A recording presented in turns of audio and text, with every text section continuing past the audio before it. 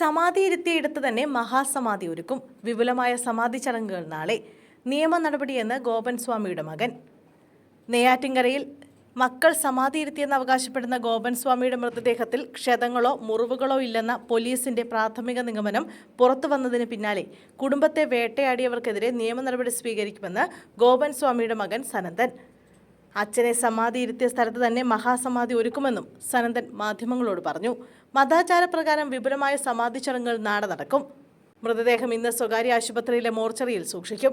നെയ്യാറ്റിൻകര സ്വകാര്യ ആശുപത്രിയിലേക്ക് മൃതദേഹം ഇന്ന് കൊണ്ടുപോകും. നാളെ വൈകിട്ട് 3-നും 4-നും ഇടയിൽ ചടങ്ങ് നടക്കും. ഗോപൻ സ്വാമിയുടെ മകൻ സനന്ദനും VHP നേതാക്കൾ അടക്കമുള്ളവരും മെഡിക്കൽ കോളേജ് ആശുപത്രിയിലുണ്ട്. കനത്ത പോലീസ് സുരക്ഷയും ആശുപത്രിയിൽ ഏർപ്പെടുത്തി. ശിവന്റെ അമ്പലത്തിൽ അച്ഛൻ സമാധിയായി. സമാധിയെ മഹാസമാധി എന്ന് വേണം പറയാൻ. ഇതിന് തടസ്സം നിന്നവർക്കെതിരെ നിയമപരമായ നടപടിയെടുക്കണം. അച്ഛൻ്റേത് മഹാസമാധിയാണ്.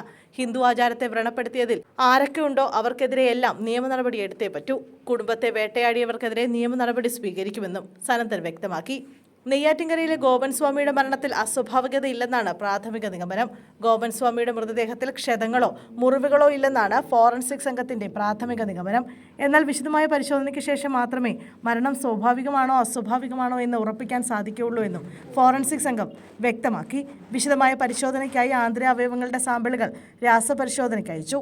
ഇതിന്റെ പരിശോധനാ ഫലം ലഭിക്കാൻ ഒരാഴ്ചയോളം സമയമെടുക്കും.